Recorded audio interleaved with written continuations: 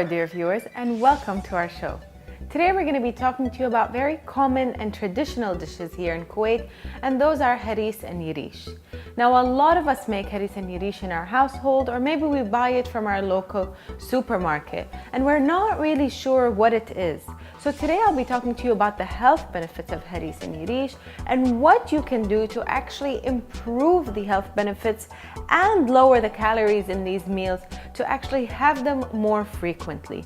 They are actually excellent meals that you should be having frequently, because essentially what Harees and Jareesh is actually made of is cracked wheat.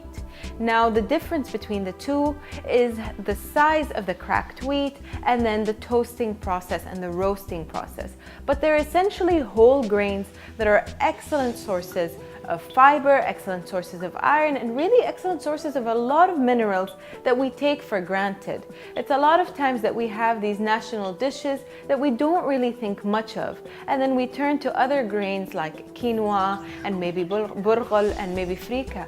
But essentially these grains like cracked wheat have the same amount of benefits as these other grains and could actually be better for us because they are local dishes that we've gotten our body and our system used to.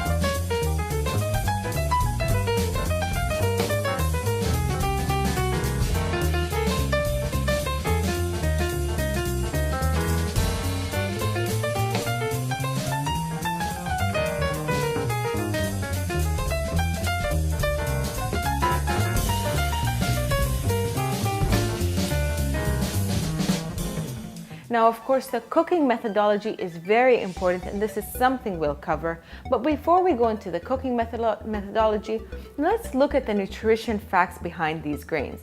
So like I said, they're both considered whole grains. They're really types of cracked wheat. And now the difference is the way it's roasted or the way it's processed, and then the size of the grain itself. So that means they both contain really high amounts of iron.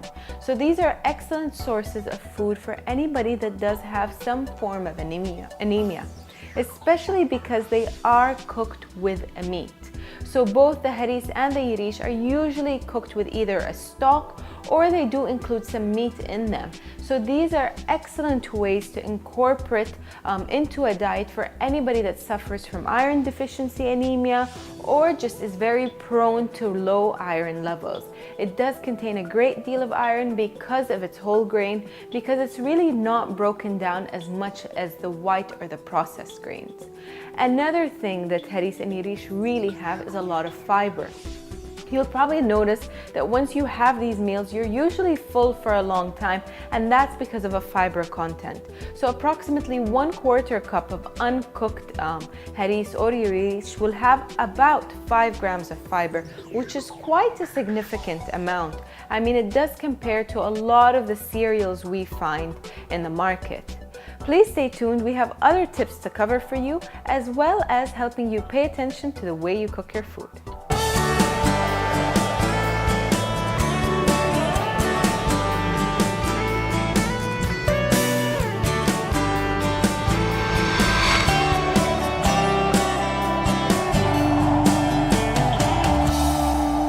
Welcome back, our dear viewers. So let's take a look at other health benefits or other nutrients that are found in both the harees and the yirish.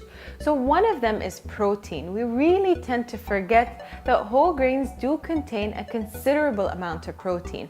And because these both are considered whole grains, they do contain a lot of protein. Again, when they are cooked with meat, which really increases the amount of protein they have, and it probably increases the amount of protein that's absorbed in your body. Which brings me to the way they are cooked.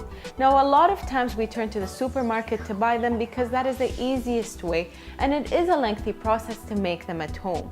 But you do need to keep in mind that sometimes the way that they're cooked could hinder their caloric value. So not the amount of protein or the amount of fiber it has, but mainly the amount of calories it has, only because of the fat that could be added to the cooking process.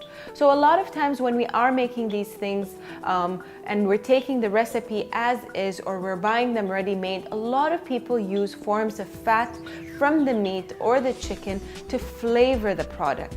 And it is an excellent way of flavoring the product, but it will increase the amount of calories in it.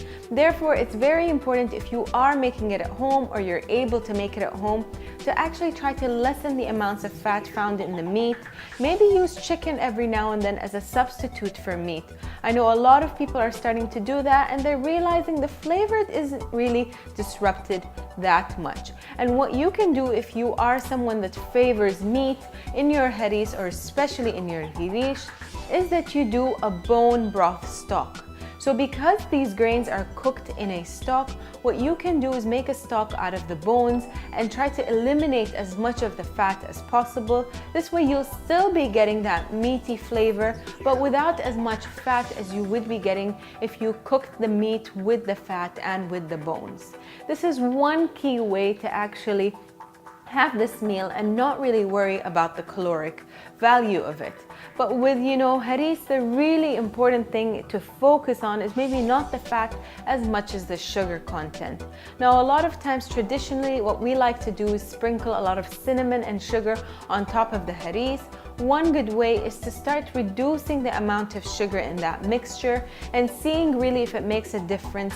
Increase the cinnamon in that mixture. Hopefully that will give you the sweetened taste without really much of the calories, and the cinnamon does have a lot of health benefits for you. These are some tips to help you counter the calorie. We have other tips for you, so please stay tuned.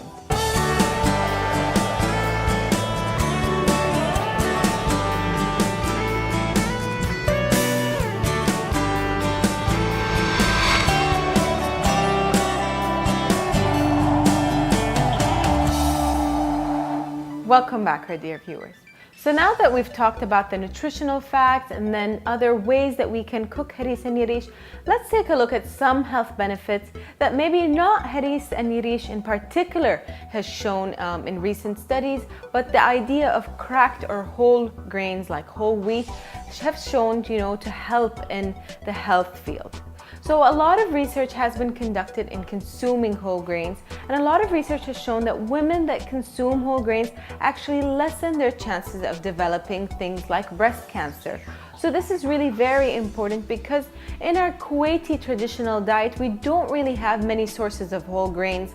We do rely a lot on rice, but as in terms of whole grains, harees and yirish may be one of the few foods that we do consume that do contain that whole grain value in them. So it is really important to consider consuming them frequently, or at least 2 to 3 times a week. But like I said, do consider the amount of fat or the cooking process. There are a lot of times that we use healthy foods, but then we cook them differently, which diminishes from the health benefits of these foods. In terms of people that have a lot of issues with their colon, because of the fiber content in this cracked wheat, it's really an excellent source of fiber. It will rest your colon. It will actually help with your colon health. An excellent way to actually make yourself feel better without really deviating or without really taking foods that feel like medicines. Now, it's really important that you not only focus on harees and yirish as they're cooked foods as is. You can actually start deviating. Because it's a grain, you can start using it as a breadcrumb. If you do a lot of breaded foods in your house, you could actually perhaps add it or toss it with your baked goods. So if you do grind it even more finely than it is, then you can start using it in a lot of your baking products. This way you will up the fiber content and you will be taking something local that you don't really need to worry about. Another great thing about harees and yirish is because it contains a lot of amounts of fiber in it, it's really an excellent source of whole grains for diabetics. So diabetics can consume it. Of course, they need to be aware that it still does contain carbohydrates, but you're looking at about 30 grams of carbohydrates per cup that is cooked, which is really not much, and it is something that will keep you full. So 1 cup can actually give you that filling feeling because you are getting about maybe 10 grams of fiber from it, which is an excellent amount of fiber from any cooked grain. So we really hope you enjoyed today's episode, and we'll see you all next time.